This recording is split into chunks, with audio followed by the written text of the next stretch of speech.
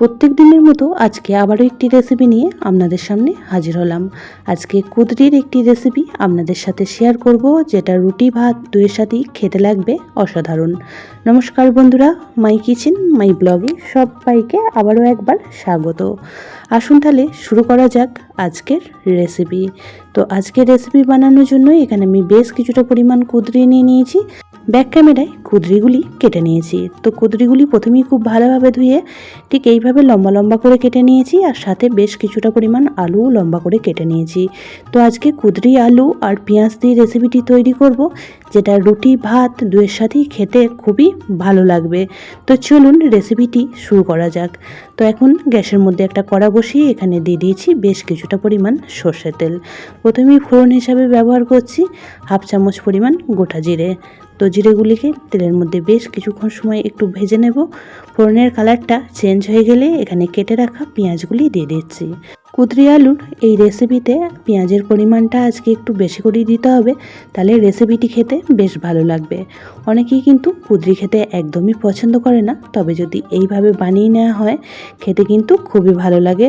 তো এই পদ্ধতিতে একবার বানিয়ে খেয়ে দেখতে পারেন, আশা করব সকলের খুবই ভালো লাগবে।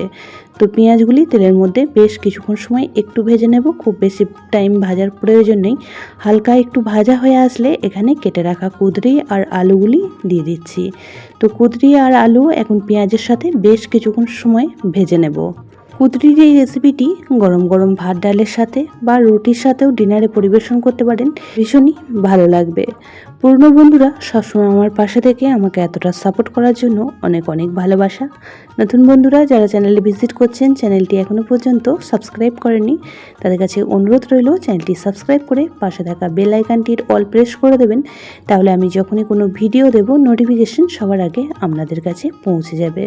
তো কুদরি আর পেঁয়াজ খুব ভালো করে নাড়াচাড়া করে মিশিয়ে নিয়ে 2 মিনিটের জন্য ঢাকা চাপা দিয়ে রান্নাটি করে নিয়েছিলাম। এখন ঢাকনাটা খুলে নিয়ে ওপর নিচ খুব ভালো করে আবারও একবার নাড়াচাড়া করে দিচ্ছি। আর এই পর্যায়ে কুদরি কিন্তু বেশ একটু ভাজা ভাজা হয়ে এসেছে। এখন এর মধ্যে অ্যাড করে দিলাম একটা মিডিয়াম সাইজের টমেটো কুচি।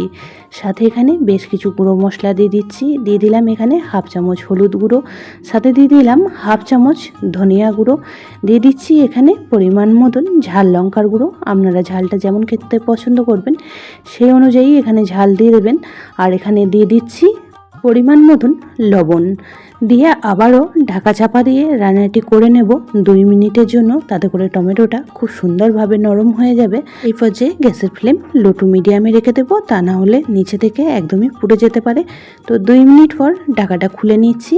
এখন টমেটোগুলি খুব সুন্দরভাবে নরম হয়ে গিয়েছে। তো কুদরির সাথে এখন টমেটো মশলা খুব সুন্দরভাবে নাড়াচাড়া করে মিশিয়ে নেব। আজকের রেসিপিতে আর কিন্তু কোনো কিছুই ব্যবহার করব না, এই সামান্য কটা জিনিস দিয়েই রেসিপিটি তৈরি হবে। আর দারুণই স্বাদের তৈরি হয়। যারা কুদরি খেতে একদমই পছন্দ করে না তাদেরকেও যদি এইভাবে বানিয়ে দেওয়া হয়, তারাও কিন্তু খুবই ভালোবেসে খেয়ে নেবে। গোটা যে টমেটোগুলি রয়েছে একটু খুন্তির সাহায্যে এইভাবে ভেঙে ভেঙে দিয়ে খুব ভালো করে নাড়াচাড়া করে মিশিয়ে নিচ্ছি। একদমই সহজ সাধারণ একটি রেসিপি আপনাদের সাথে শেয়ার করছি। আর আমার চ্যানেলে সহজ সাধারণ রেসিপিগুলি যারা দেখতে পছন্দ করেন, আশা করছি আজকের রেসিপিটিও তাদের কাছে খুবই ভালো লাগবে। তো খুব ভালো করে নাড়াচাড়া করে মিশিয়ে নিয়ে আবারও 2 থেকে 3 মিনিটের জন্য ঢাকা চাপা দিয়ে রান্নাটি করে নেব। তো 3 মিনিট পর ঢাকাটা খুলে নিয়েছি। এখন আবারও ওপর নিচ খুব ভালো করে নাড়াচাড়া করে রেসিপিটি একদমই ভাজা ভাজা করে নেব। আর কিন্তু আজকের রেসিপিতে কোনো কিছুই অ্যাড করব না, একদম সাধারণ কটা জিনিস দিয়েই রেসিপিটি দুর্দান্ত স্বাদের তৈরি হয়। আজকের রেসিপিতে কোনো রকমভাবে জলের ব্যবহার করব না, এইভাবেই ঢাকা চাপা দিয়ে দিয়ে ভাজা ভাজা করে নেব। এখন ফ্লেভারের জন্য অ্যাড করে দিলাম বেশ কয়েকটা ছেঁড়া কাঁচা লঙ্কা। তো ঝালটা অবশ্যই আপনারা বুঝে শুনে অ্যাড করবেন। তো খুব ভালো করে মিশিয়ে নিচ্ছি। আর এইভাবেই গ্যাসের ফ্লেম লো টু মিডিয়ামে রেখে বেশ কিছুক্ষণ সময় নিয়ে ভাজা ভাজা করে নিয়েছি। কুদরি ভাজতে একটু বেশি সময়ের প্রয়োজন হয়, আর কুদরি যত ভালোভাবে ভাজা হবে রেসিপিটি খেতে কিন্তু ততটাই বেশি ভালো লাগবে। তো খুন্তির সাহায্যে কুদরিগুলি একটু কড়াইয়ের গায়ে এইভাবে ছড়িয়ে দিলাম, তাতে করে ভাজাটা কিন্তু খুব সুন্দরভাবে হবে। আর দেখুন রেসিপিটি এই পর্যায়ে একদমই ভাজা ভাজা হয়ে গিয়েছে আর প্রায় রেডি হয়ে এসেছে। তো এই পর্যায়ে এখন আমি অ্যাড করে দেব খুব সামান্য পরিমাণ একটু গরম মশলা। আপনাদের হাতের কাছে ভাজা মশলা থাকলে সেটাও কিন্তু অ্যাড করে দিতে পারেন, তাতে করেও রেসিপিটি কিন্তু খেতে খুবই ভালো লাগবে। তো গরম মশলাটা দিয়ে আবারও খুব ভালো করে মিশিয়ে নিয়ে বেশ কিছুক্ষণ সময় একটু ভেজে নেব। এইভাবে কুদরি বানিয়ে নিলে যারা কুদরি খেতে একদমই পছন্দ করে না তারাও কিন্তু চেয়ে চেয়ে খাবে। তাই অবশ্যই করে একবার এইভাবে বানিয়ে খেয়ে দেখবেন আর আমাকে কমেন্ট বক্সে জানাবেন আপনাদের কেমন লাগলো। বাচ্চা থেকে বড় সকলেই কিন্তু খুবই পছন্দ করবে।